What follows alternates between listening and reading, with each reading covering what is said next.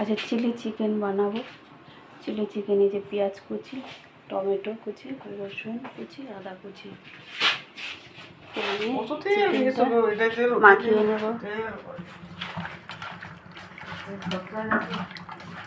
মাখিয়ে নেব।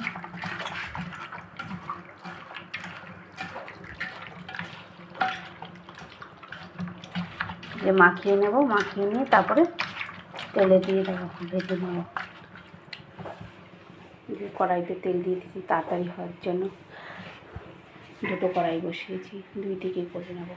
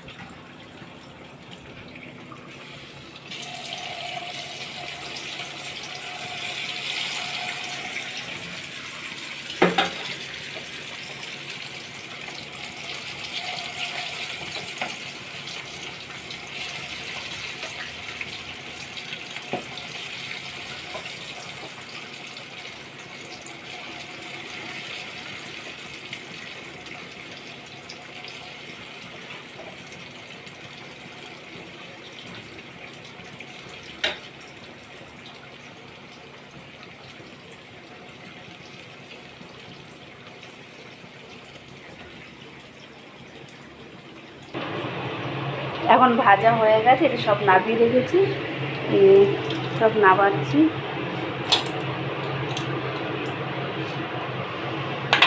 এটার মধ্যে শুকনো লঙ্কা, গোটা তেজপাতা দেব। গরম মশলা আমি গোটা দেব না।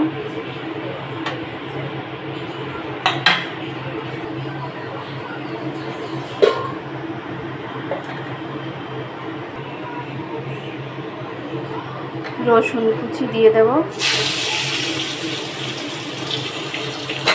রসুন কুচি,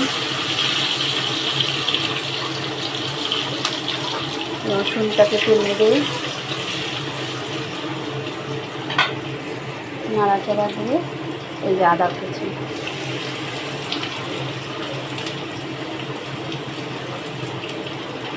শুকনো লঙ্কা দিয়েছিলাম, আবার একটু পরেই দেবো। এর জন্য আমাদের হাতে ঝাল কম খায় বলে দুটো কাঁচা লঙ্কা দিলাম।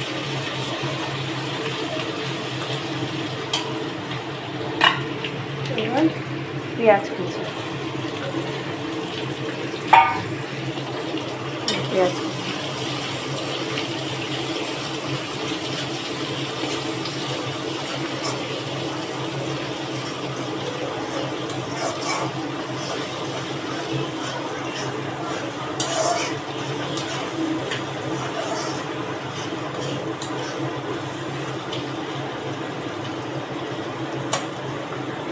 পেঁয়াজ কুচি দিলে সব নেড়ে ছেড়ে তারপরে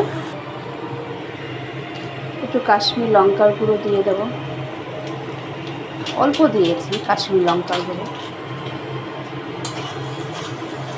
একটু কালারটা ভালো আসবে তাহলে।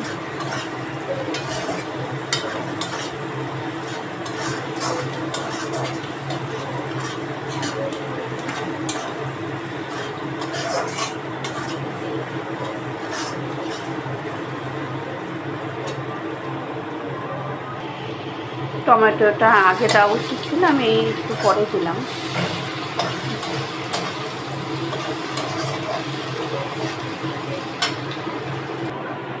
এখানে tomato sauce, chilli sauce, soya sauce, red chilli sauce, 3 রকমের সস, 4 রকমের, টমেটো, রেড চিলি আর সয়া সস, এগুলোর সাথে একটু জল মিশিয়ে তারপরে এগুলো দিয়ে দেবো।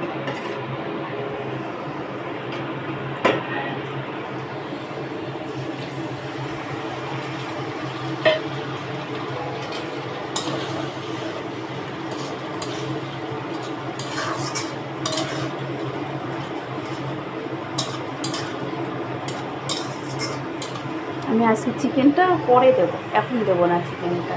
এই পকোড়া ভাজা হয়ে গেছে যে, এগুলো পরে দেবো।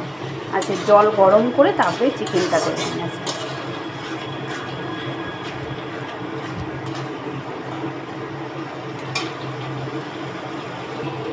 এখন ভাজা হয়ে গেছে, সব মশলা কষানো হয়ে গেছে, এবার জল দিয়ে দেবো।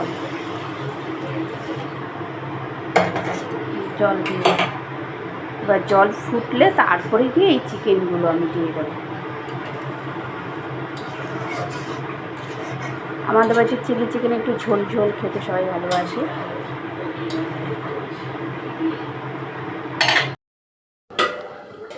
আমার চিলি চিকেন রেডি করা হয়ে গেল, রান্নাবান্না কমপ্লিট। একদম দেখো কি সুন্দর হয়েছে,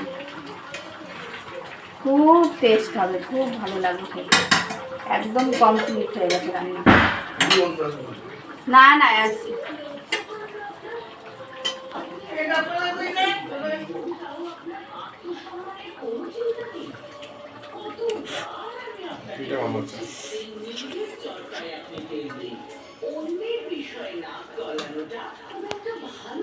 দাঁড়াও।